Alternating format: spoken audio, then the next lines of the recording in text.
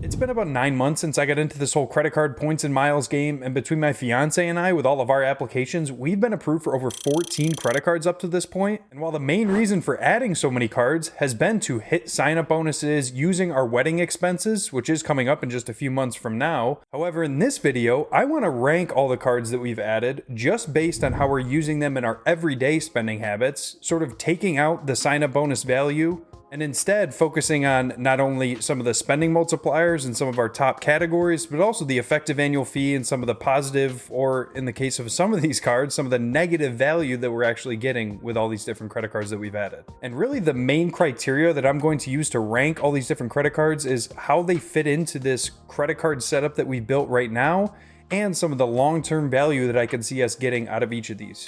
So I have listed all the cards that we currently have active right now, whether it be under myself or my fiance's name, and there's even some overlap with some of these cards, which I'll get into in a second. And I've laid these out in order of when exactly we applied for each. First up, we have the Delta SkyMiles Blue card, and quite honestly, this card really never gets used at all for us in our spending habits. With the Delta Blue card, while it is a no annual fee card, the base level sign-up bonus is usually 10,000 bonus miles after spending $1,000 in the first 6 months. You're only getting things like 2x back on dining or 2x back on Delta purchases, and then 1x back for all of your other spending. Really, this card's only redeeming quality is the fact that it does give you free check bags, so maybe for some people out there that are just looking for that perk alone, this card could make sense. So while we are really not getting any positive value out of this card, and it really never gets used at all, I think we have one subscription tied to it just to make sure that it stays active.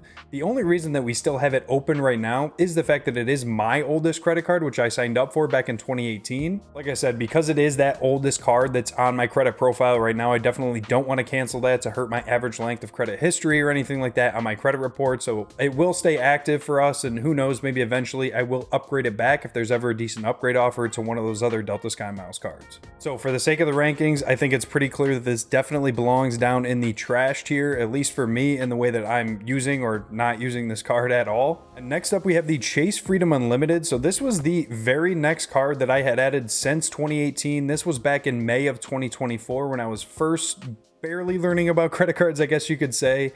However, I still do see the strength and the value that comes with the Freedom Unlimited. And not to jump too far ahead, but we do have the Blue Business Plus, which we are using as our catch-all right now. If we ever felt the need to earn Chase Ultimate Rewards points, I think this card would be the path for us to do so. And while it is one of the drawbacks, I guess, of the Chase family of cards that they have some overlapping categories, I think that's actually one of the strengths of this Freedom Unlimited. So while you are getting 1.5x back for every category that you're spending on, you do have that ability to earn 3x back on dining purchases as well as drugstores. Like I said, one of the things that people use as sort of a negative when it comes to those Chase family of cards is the fact that it has those overlapping categories. But again, this is just a great path for us to just be a very simple one card setup. Let's say if I ever wanted to put this into my fiance's wallet, add her as an authorized user, tell her to just put all the spending on that card, and then just use one of our other cards for groceries or something like that. This is that great option for her to just keep a very simple setup in her wallet. And so while it's not getting a ton of use right now, and this is kind of difficult for me because I'm still hyper focused on all of our wedding spend and hitting sign-up bonuses and still applying for cards, I need to sort of think ahead, knowing that we could potentially use that very simplified setup, at least in her wallet, to use this Freedom Unlimited as really her one card that she needs to carry every day. So given the fact that this would probably be the primary earner of Chase Ultimate Rewards points for us moving forward, I am going to put this in the A tier. And don't get me wrong, I would agree with a lot of people. I would love for this to just be a 2x catch-all option on the Chase side, because we do have some other cards from Chase to earn in that dining category where we do spend, I'd say, more than your average couple every month. I really like the simplicity, at least the way it's built right now within the Freedom Unlimited, of having that additional category on this card right now. The next card that I ended up applying for was in September of last year, and like I said, that was right around the time of when I really felt a lot more confident in my knowledge around credit cards, going all the way in, diving headfirst into this whole game. And in doing so, I very quickly realized that I had been missing out on a ton of value and a ton of points over the last 5-6 years being a renter on that spending that we were doing every single month.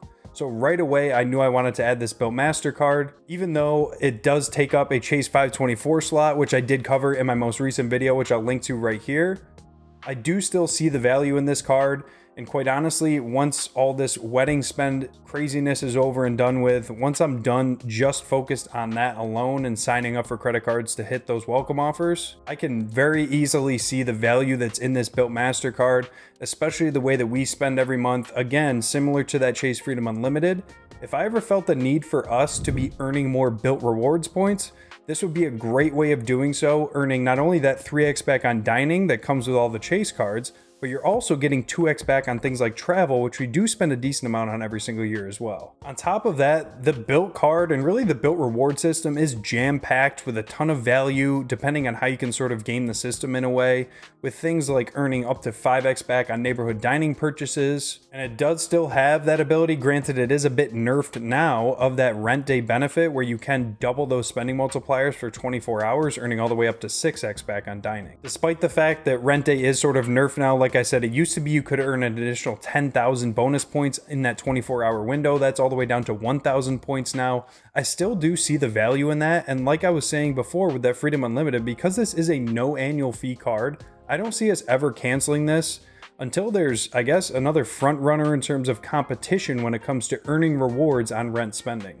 So I definitely don't think that a lot of people are going to agree with this, but like I said, I've really tried hard to take myself out of the mind frame of, damn, I wish I didn't sign up for this card. I could have signed up for another Chase card and hit a sign up bonus with that wedding spend. I can see pretty clearly that this will be a card that's in our wallets moving forward 100% of the time and will always get used in some capacity, even if it is just to use it for that rent category. So I am going to go ahead and put it up in the S tier. Next up is going to be the American Express Business Platinum card, which I applied for just a few days after adding the Bilt card. This is one that I added mainly for the sign up bonus, although I can take advantage of some of the credits and benefits, which I'll cover in a second. This was one of those where it was almost a no-brainer when it was offering 250,000 membership rewards points after 20,000 in spend in the first 3 months. While this is not a primary spender for us, only earning things like 5x back on hotels and flights booked through Amex's travel portal, 1.5x back for some miscellaneous business spending or any purchase over 5,000 bucks. Despite those low spending multipliers, the main reason that I added this card was, yes, for its huge sign-up bonus, and also the main reason I had my fiance apply recently. But really, we just want to take advantage of what everyone loves about the American Express Platinum card, which is it's jam-packed full of different credits and benefits, some of which we can take advantage of on this business platinum card, but really not all the way, which kind of drives my decision on where exactly I do plan on ranking this card. You're getting access to airport lounges through Priority Pass, Delta Sky Club, Centurion lounges. Also very recently, they added a $200 Hilton statement credit.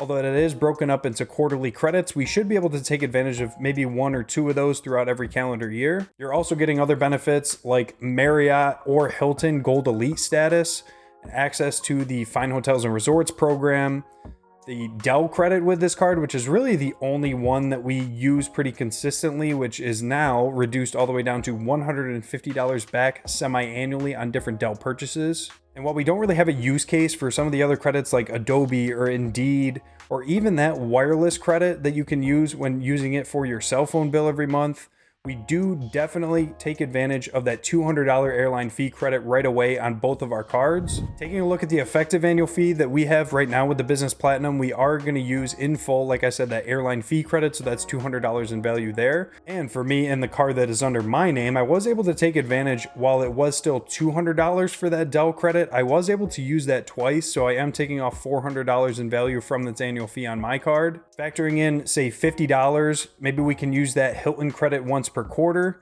And then outside of that, there's no real credits that personally I like to place a dollar value on. I mean, I could associate a dollar value to some of the different lounge drinks and different meals that we've had in those lounges, but just for the sake of this video, I just want to cut through all of that and just show you what I feel is my true effective annual fee, which right now is a negative $45 value. I will say that moving forward, where we could really find a ton of value in the Business Platinum card specifically is the Clear Plus credit, which we definitely both plan on signing up for now that we both have this card. But really the main benefit that we both plan on taking advantage of with each of our cards is the 35% airline boost, which essentially just guarantees you a 1.5 cent per point value when booking, say, domestic travel through American Express's travel portal. I cover that 35% airline points rebate benefit in a separate video where I break break down why exactly we added 2 of these cards and how we plan on using just that benefit alone and all the value that we could get in the long term. So if you want to check that out, I'll definitely leave a link right here and down below as well. So when it comes to ranking the Business Platinum card, while in a just strictly dollar and cents value terms, I'm not getting positive value with just some of the bare bones credits, a lot of which we can't use. However, I have absolutely loved some of the airport lounge access, which I never had before growing up. Just getting into this whole credit card game, that premium travel experience has been awesome. So it's really hard for me to put this below, I'd say anything below A tier. And knowing that I actually could get more value out of, say, the personal platinum card, I think I am going to put this in the A tier as well, right with that Freedom Unlimited.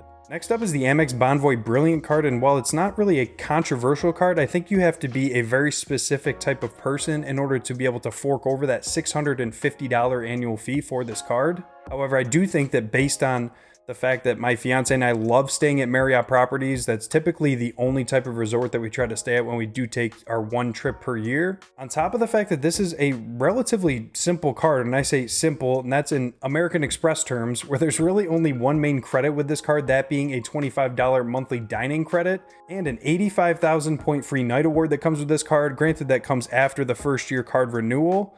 That is a very simple way in the long term to get positive value. That dining credit, very simple for us to use, especially with 2 people. Spending at least $25 on a restaurant is no problem. And in year 1, I did apply for this card when it was offering the elevated sign-up bonus of 185,000 points. So that more than offsets the annual fee in year 1. And then in year 2, once that 85,000 point free night award actually comes into play, that can actually be topped off all the way up to 100,000 points. That's just going to be a very simple way, at least in my eyes, and the way that we spend, for getting a card which is really simple to offset that annual fee, which provides, again, similar to what I love about the Business Platinum card, is just that premium travel experience. One of the main reasons I was drawn to this card immediately was, yes, just luckily when I applied back in September, it was offering that elevated sign-up bonus, but mainly it's the fact that this comes with Platinum Elite status, which can really just elevate some of your different stays. But mainly for our honeymoon, I think adding this card was a no-brainer, easy to offset the annual fee. Having that platinum status should hopefully get us upgraded when we take our honeymoon here in just a few months as well. And one of the other sort of sneaky benefits I think with this card is the fact that it does actually get you access to Priority Pass as well. So this really could be, for some people, again, I think very niche and very specific, this could be their one and only premium travel credit card, which can not only get them into those airport lounges, but could potentially get them some free upgrades and some of those different benefits that come with Platinum Elite status. So despite not actually seeing the full power of this card just yet, I am going to go ahead and put it into the S tier, knowing that we're going to get positive value from this card every single year that we hold it. Really simple to offset that annual fee, elevate our travel experience. I just, in my mind, and I'd love to hear from you guys down below in the comments how you think about a card like this, is if I can offset that annual fee, it's going to offer me some of those premium benefits. Why would I not hold this card for years and years? Next up is the Amex Gold card, and this is one that I had my fiance apply for in October of last year. At the time she applied, it was offering 100,000 membership rewards points plus $100 back in statement credits on dining purchases in the first 6 months of holding this card. And this is a card that's become very divisive. People really feel like they're on polar opposite ends of the spectrum when it comes to this card. Either they love it or they hate it.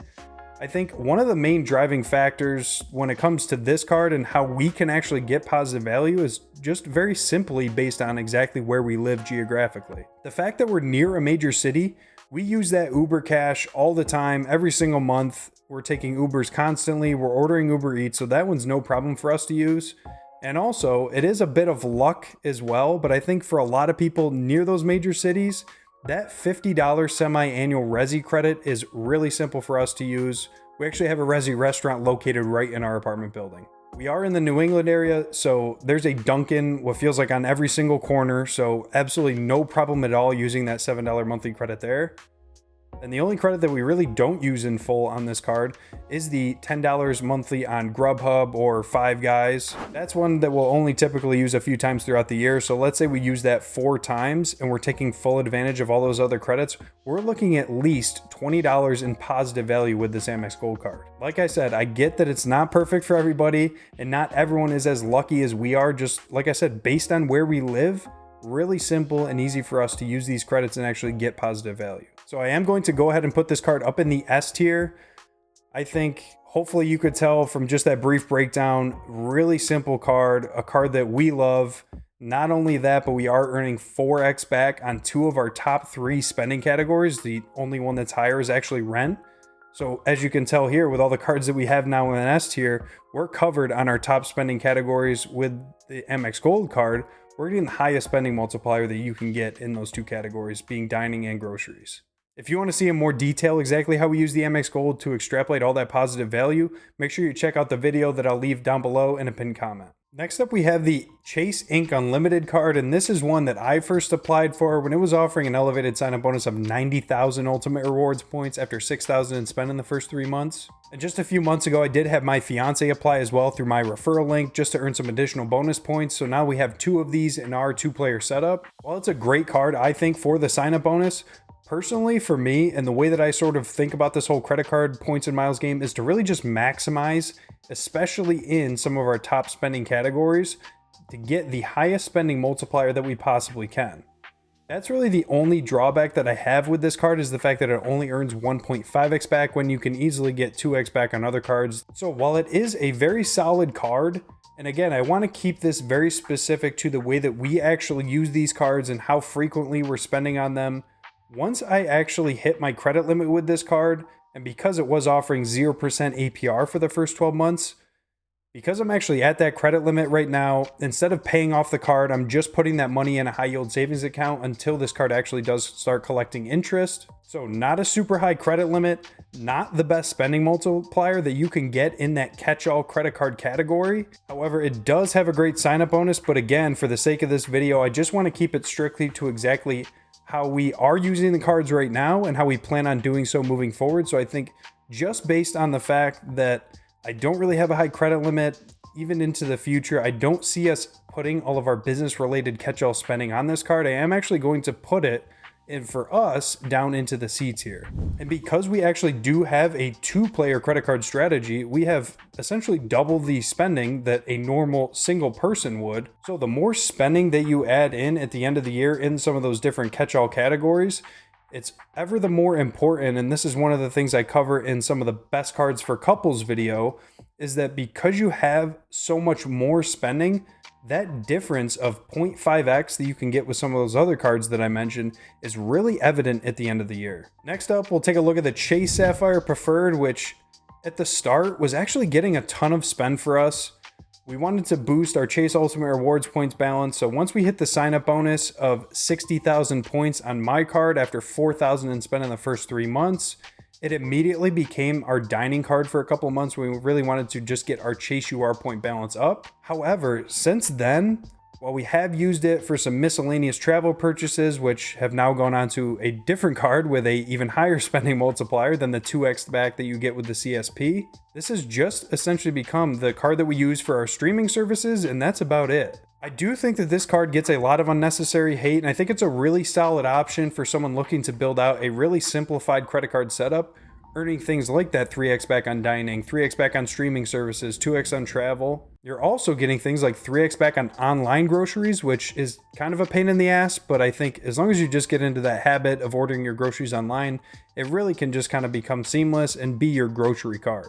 And while it does actually give you a path towards earning positive value with things like the $50 hotel statement credit when booking through Chase's travel portal, or the Dash Pass, which is essentially $120 in value, which is $10 per month. We are Uber people, so we always order through Uber Eats. We've also got the Grubhub credit on the Amex Gold card, so adding in another food delivery service I think would just be too much for us to manage. And while one of the main reasons that a lot of people should add this card if you are interested in earning Chase Ultimate Rewards points is that it does give you that ability to be able to transfer to Chase's travel partners. I don't want to downplay the amount of value that that can bring some people and the amount of value that you can actually get for those Ultimate Rewards points. However, we did just add another card, which I already sort of referenced, in the Inc. Preferred, which not only gives you that ability to transfer out to transfer partners, but also gives you 3x back on travel, which is the main reason that I wanted to add that card. And knowing that it can really be a main driver when it comes to earning Ultimate Rewards points and actually being able to use those, I want to put it up in the 8s here, but again, just for the sake of the way that we're spending on this card right now, and even looking ahead to year 2, I did actually already have my fiance apply for one of these cards as well, using, again, my referral link. So knowing that it's not getting a ton of spend outside of streaming services right now, and I actually do have plans to, I guess, product change or get rid of this card, I'm going to put it down in the B tier. Next up, we have the Delta Platinum Business Card, and this going all the way back to that Delta Blue card, which I talked about first.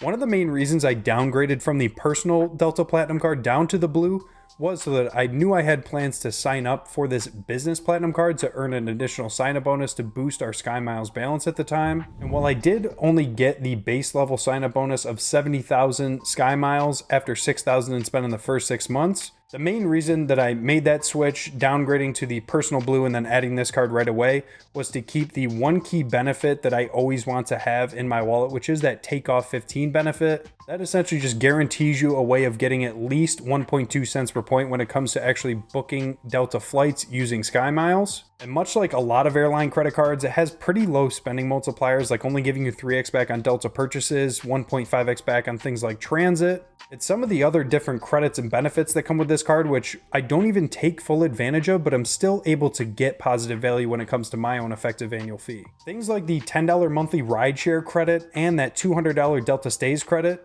That Delta Stays credit is really simple to use. I used it for our Valentine's Day trip that we took up in Portland, Maine area, where I just booked a 2-night stay for us, used the full value of that $200 credit right away at the start of the year. And then when it comes to something like rideshare, like again, going back to the Amex Gold, not only do I get the Uber cash with the Gold card, but I'll typically use this Delta Platinum Business Card for at least one Uber ride per month to get $10 back in value there. This also has a $10 monthly Resi restaurant credit, which again, even though we do have a restaurant right downstairs, we don't typically like to eat there, definitely not on a monthly basis. So while it's really easy to use that semi-annual credit on the Amex Gold card, this $10 monthly one doesn't get used. One of the other ways that we get value out of this card is the fact that it does give you free check bags when flying with Delta. And although we have that with the Delta Blue card as well, the fact that this has that takeoff 15% benefit, it gets you those free check bags. We're using that monthly Resi credit, say twice per year, the rideshare credit, say every single month. Factoring in that Delta Stays credit, we're already looking at least $60 in positive value from this card. The only thing I haven't mentioned up to this point, and really one of the main reasons that a lot of people hold this card, is for the Economy Companion Certificate, which, guilty as charged, we actually don't really use a whole lot. When flying, we always like to try and use miles whenever we can, and holding that Delta Platinum Personal card for years and years, just using that as our primary spender, we always had enough SkyMiles to fly and get to wherever we needed to go completely for free. So I tried to avoid paying cash whenever possible, especially when flying, and really especially with Delta, which can often be the most expensive airline. This doesn't really have a strong use case. However, they did just add some other territories like the Caribbean, which we always like to travel to for a tropical getaway. So maybe in the future we could use this Economy Companion Certificate. However, as of right now, I don't actually factor that into my effective annual fee. Maybe eventually I can gift it to somebody like my brothers for my older brother's bachelor party, which we plan on traveling to at the end of August. So I'm sure that may drive some people crazy out there that we're not actually using the Economy Companion Certificate. And quite honestly, I agree with you. That's one of the reasons that in the long term, I think the Delta Gold card is sort of the sweet spot when it comes to one of these Delta SkyMiles cards for us. And given the fact that I'm not taking full advantage of the card, this is another sort of tough one where I think, at least the way that we're using it right now, because we're not using its true superpower in that companion certificate, I am going to put it down on the B tier with that CSP. Next up is the Ink Preferred card, and this is a card that I had my eyes on for a long time, and a card that I knew that we could get a ton of value from for a couple of different reasons. When I applied, it was for just the base level sign-up bonus of 90,000 Ultimate Rewards points after 8,000 in spend in the first 3 months. However, that spend to hit that welcome offer was on travel purchases, so I was getting 3x back on that different travel spending. I've broken down this card in a few different videos, and while I can't really use the 3x back on, say, internet spending because I get a $10 discount by paying directly from my checking account through Verizon, so that category doesn't really get used. I think the online or digital marketing spending that we plan on doing over the next several years, whether it be for some of my different side hustles or my fiance side business, I think that one will definitely come in handy. But the two main reasons I wanted to add this card was for the 3x back on travel that you get, as well as the fact that this also gets you access to Chase's transfer partners similar to that Sapphire Preferred. And knowing that I had plans to product change my Sapphire Preferred, and who knows, maybe potentially we end up product changing my fiance's as well, this will always make sure that we have access to those transfer partners. We also spend at least a few $1,000s every year on Airbnb, so having a sort of travel catch-all card like this is a great way to make sure that we're earning one of, if not the highest spending multipliers in that sort of catch-all travel spending category. Whether it be for our July 4th trip that we always take, we like to go up to the Vermont area and stay on one of the lakes up there in an Airbnb. Or now that my fiance's turned me into a skier, we've loved going on Airbnb, booking sort of a ski in, ski out with a fireplace and cozying up somewhere, whether it be in the New Hampshire, Maine, or Vermont area. So now we have a card that can always get used in that 3x category.